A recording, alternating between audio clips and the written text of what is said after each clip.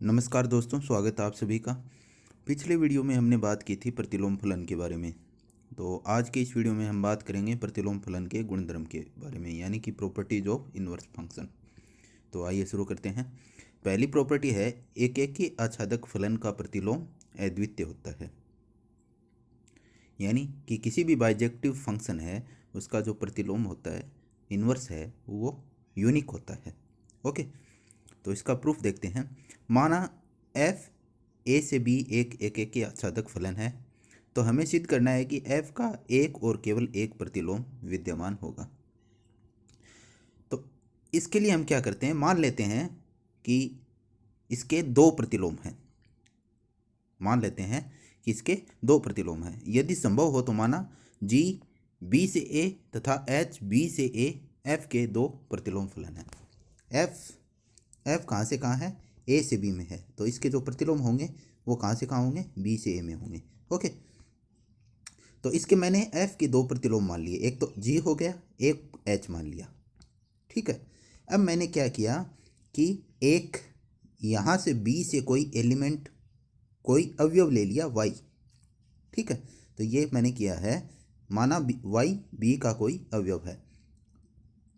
Okay, तो इनकी जो इन्वर्स इमेज देखेंगे, इनका जो प्रतिलोम प्रतिबिंब देखेंगे, तो वो क्या हो जाएगा कि मान लेते हैं कि वो प्रतिलोम प्रतिबिंब है under the function ji x1 है और under the function h x2 है। समझ में आया? यानी कि मैंने क्या किया, y है वो b से एक एलिमेंट ले लिया। अब इसका जो इन्वर्स इमेज है, इन y की इन्वर्स इमेज है अंडर g। ठीक है, वो मान लेते हैं x1 है और अंडर h क्या है, x2 है। ठीक है, और g क्या है, g है f इनवर्स। ओके, h भी क्या है, f इनवर्स है। ठीक है, तो ये x2 हो गया। अब g1 बराबर क्या हो गया, x1 हो गया। तो इसका मतलब क्या हुआ, g मैंने क्या बताया था, f इनवर्स है, तो मतलब f इनवर्स y क्या हो गया, x1 हो गया।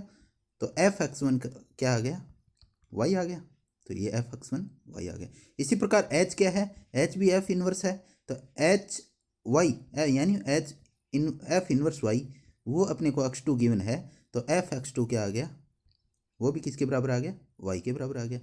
तो यहाँ से पता चल गया कि f x1 और f x2 दोनों y के बराबर हैं। तो इन दोनों को मैंने इक्वल कर दिया, क्योंकि ये दोनों देखो अपने राइट हैंड साइड में दोनों बराबर हैं, तो लेफ्ट हैंड साइड में भी बराबर होंगे। तो इसका मतलब हुआ एफ x1 बराबर एफ x2। तो यहाँ से हमें पता चल गया कि x1 और x2 बराबर हैं, क्योंकि देखो किसी चीज़ की अगर f इमेज बराबर है तो वो एलिमेंट्स भी क्या है, मतलब बराबर है। क्यों? क्योंकि f एक की आच्छादक फलन है। ठीक है, f एक की आच्छादक फलन है, इसीलिए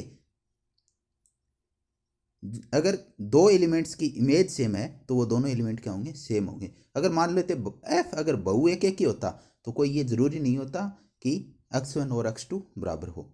ठीक है, यहाँ पे f क्या है, एक की आच्छादक है, इसलिए है इनकी जो इमेज है, f इमेज है, वो भी क्या बराबर है, तो वो एलिमेंट्स भी क्या होंगे, बराबर होंगे।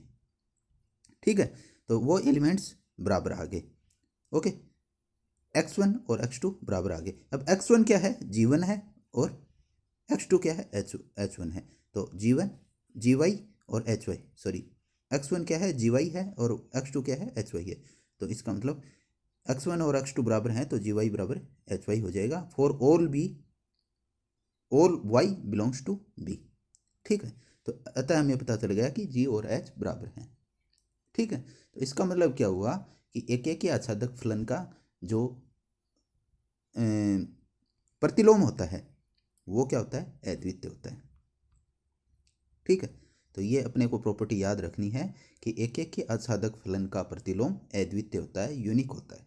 ठीक है, दूसरी प्रॉपर्टी है, यदि f a से b में डिफाइन कोई एक आच्छादक फलन हो तथा f इनवर्स b से a में परिभाषित एफ का प्रतिलोम फलन हो तो एफ ऑफ एफ इनवर्स बराबर वाई आई बी तथा एफ इनवर्स ऑफ एफ बराबर आई ए, जहाँ आई ए और आई बी क्रमशः ए और बी के तत्समक फलन है। ओके, तो अपने को ये प्रॉपर्टी याद रखनी है कि एफ एक आच्छादक फलन है, ए से बी में परिभाषित है, और एफ इनवर्स है वो बी से ए में परिभाषित हो जाएगा, वो एफ का प्रतिलोम है। तो एफ ऑफ एफ इनवर्स क्या हो जाएगा, आई बी के बराबर हो जाएगा, यानी एफ के प्रांत है उसके तत्समक फलन के बराबर हो जाएगा, और एफ इनवर्स ऑफ एफ है वो आई ए के बराबर हो जाएगा, यानी ए के तत्समक फलन के बराबर हो जाएगा। तो इसका प्रूफ देखते हैं। एफ ए से बी में परिभाषित है तथा एफ इनवर्स बी से ए में परिभाषित है। ठीक है, तो पहले अपने को पता करना पड़ेगा कि क्या एफ ऑफ एफ इनवर्स परिभाषित है। ठीक है, तो यहां से देखो F of f inverse, F inverse की प्रांत, एफ इनवर्स की प्रांत है वो एफ की परिसर के बराबर है, सह प्रांत के बराबर है। तो एफ ऑफ एफ इनवर्स क्या है, परिभाषित है। और कहाँ से कहाँ परिभाषित होगा, एफ इनवर्स के प्रांत से एफ के सह प्रांत तक, यानी बी से बी तक। इसी प्रकार एफ इनवर्स ऑफ एफ देखेंगे वो भी परिभाषित हो जाएगा, और वो कहाँ से कहाँ प्राप्त होगा, एफ के प्रांत से एफ इनवर्स के परिसर तक। तो एफ का प्रांत क्या है, ए, और एफ इनवर्स का परिसर क्या है, ए से ए में परिभाषित हो जाए। ठीक है, तो ये दोनों परिभाषित है। अतः प्रत्येक a belongs to capital A के लिए एक अद्वितीय b belongs to capital B है। ओके, क्योंकि एफ एक आच्छादक है, तो अगर ए से कोई भी हम एलिमेंट लेंगे तो उसके लिए जो बी में एलिमेंट होगा वो यूनिक होगा, क्योंकि एफ क्या है, एक आच्छादक फलन है। ठीक है, अब मान लेते हैं कि एफ ए बराबर बी है। ठीक है, तो एफ इनवर्स बी क्या हो जाएगा, ए हो जाएगा। F of f inverse, f of f inverse b निकालना है अपने को, तो f of f inverse b को मैं क्या लिख लूँगा, f of f inverse b. F inverse b की वैल्यू क्या है, ए है, तो एफ ये बन जाएगा एफ ए किसके बराबर है, बी। तो f of f inverse b किसके बराबर आ गया, बी के बराबर आ गया। यानी कि हम जानते हैं कि जो तत्समक फलन होते हैं वो एफ एक्स बराबर एक्स होते हैं, यानी यहाँ एक्स है तो यहाँ एक्स है, तो इस प्रकार के फलन को हम बोलते हैं तत्समक फलन। तो यहाँ पे देखो ये तो फलन है अपना, ये बी पे अपने इसको अप्लाई कर रहे हैं, तो अपने को यहाँ क्या मिल रहा है, बी मिल रहा है। तो ये क्या है, एक तत्समक फलन हो गया। और ये किसका तत्समक फलन हो गया, बी कहाँ से आ रहा है, बी कहाँ से आ रहा है, कैपिटल बी से आ रहा है, तो ये कैपिटल बी का तत्समक फलन हो गया। ओके, तो यहाँ से अपने को पता चल गया है कि f of f inverse b है वो बी के बराबर है किसी भी बी के लिए।